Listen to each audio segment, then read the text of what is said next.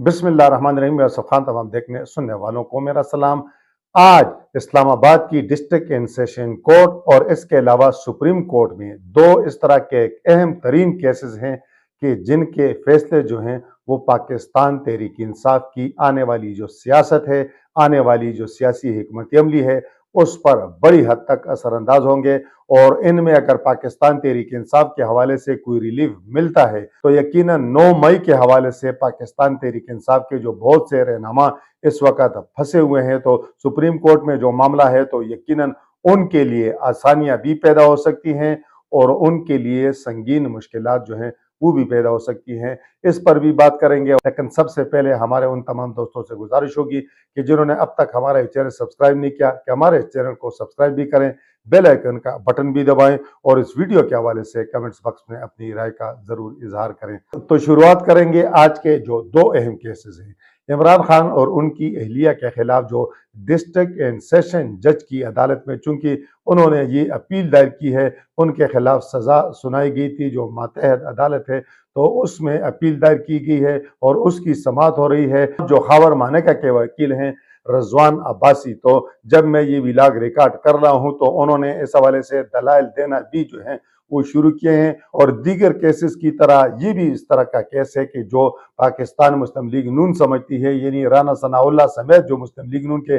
कई रहनुमा है जो इमरान खान के सख्त मुखालिफिन में शुमार होते हैं, लेकिन वो भी ये कहते हैं कि ये केसेस जो हैं ये इमरान खान के खिलाफ कमज़ोर केसेस बनाए गए और पाकिस्तान तहरीक इंसाफ को 8 फरवरी के इंतखाबात में इन केसेस का बड़ा फायदा हुआ और मुस्लिम लीग नून को जो है वो सबसे ज्यादा नुकसान जो है इन्हीं केसेस की वजह से हुआ। और इद्दत केस के हवाले से तो जो सीनियर सहाफ़ी हैं नजम सेठी, उन्होंने भी कहा था कि इद्दत केस में जिस भोंडे अंदाज में इमरान खान और उनकी एहलिया को सजा सुनाएगी, तो उन्होंने कहा कि जो खवातीन हैं उनमें इस हवाले से तशवीश की ले दौड़ी और इमरान खान उनकी एहलिया के साथ जो है उनकी हमदर्दियों में इजाफा हुआ। और ये हमदर्दियों में इजाफा जो है ये 8 फरवरी के इंतखाबात में, यानी वो समझते हैं कि खवातीन की बड़ी तादाद ने पीटीआई को जो है 8 फरवरी के इंतखाबात में वोट दिया। अब ये केस जो है ये भी आखिरियां हिचकियां ले रहा है, क्योंकि गुज़श्ता जो समाती पहले तो 2 समातों पर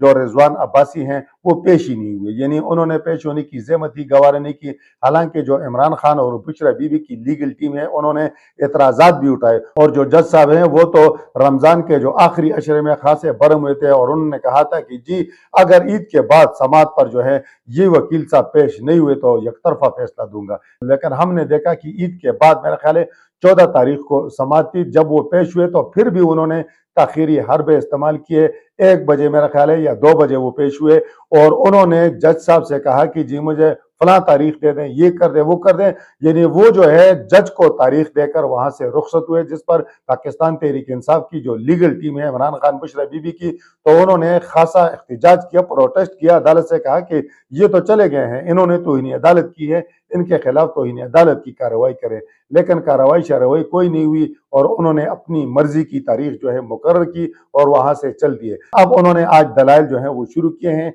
लेकिन कानूनी माहिरीन यही कहते हैं, बल्कि मैंने आपको कह दिया कि टीआई की जो हरीफ जमात है मुस्लिम लीग नून, उनके रहनुमा जो है वो टीवी इंटरव्यूज में कहते हैं कि इस तरह की केसेस की वजह से इमरान खान की हमदर्दियों में इजाफा हुआ और वो समझते हैं कि ये केसेस कमजोर हैं, ये केस जो है वो उड़ जाएंगे। अब देखते हैं कि खावर मानेका के जो वकील हैं वो कितने अरसे तक जो है वो डिले टैक्टिक्स जो इस्तेमाल करते हैं और इस केस को कितना अरसा तक जो है वो खींचते हैं। आज के दलाइल में भी देखते हैं कि वो दलाइल देते हैं, हकायक पेश करते हैं, कोई चीजें नई चीजें सामने लाते हैं, या जो है दलाइल के नाम पर इमरान खान और बुशरा बीबी की जो एम्बेरसमेंट का उन्होंने सिलसिला शुरू किया था तो उसी को आगे बढ़ाते हैं। आज दूसरा केस जो पाकिस्तान तहरीक इंसाफ के हवाले से जुड़ा हुआ केस है तो वो है सुप्रीम कोर्ट में फौजी अदालतों में सिविलियन का ट्रायल का जो केस है। इस हवाले से जो नजरसानी की अपील है, 6 रुकनी सुप्रीम कोर्ट का जो बेंच है, लार्जेस्ट बेंच, वो इसकी समाअत करेगा। ये केस भी पाकिस्तान तहरीक इंसाफ के लिए खासा अहम केस है।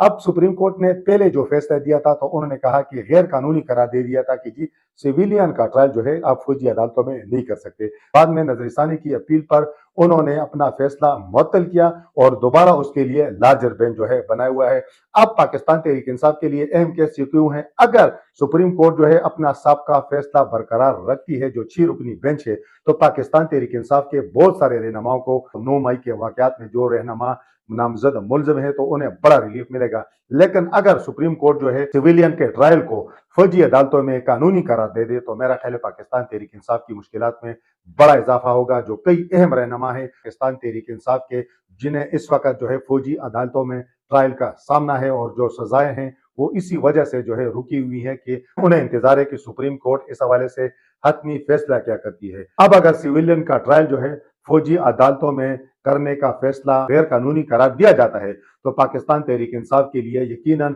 इससे बड़ी आसानियां पैदा होंगी। पाकिस्तान तहरीक इंसाफ के बहुत सारे रहनुमाओं को इससे रिलीफ मिलेगा। लेकिन अगर सुप्रीम कोर्ट ने सिविलियन का ट्रायल फौजी अदालतों में कानूनी करार दे दिया तो आने वाले दिनों में पाकिस्तान तहरीक इंसाफ की मुश्किलात में इजाफा होगा और उनके कई अहम रहनुमा जिन्हें इस वक्त फौजी अदालतों में ट्रायल का सामना है तो यकीनन उन्हें जो है सख्त सजाएं मिलने का इम्कान मौजूद है। अब देखते हैं कि सुप्रीम कोर्ट इस हवाले से क्या फैसला जो है वो सादर करती है। इस वक्त तक के लिए इतना ही। अल्लाह हाफिज।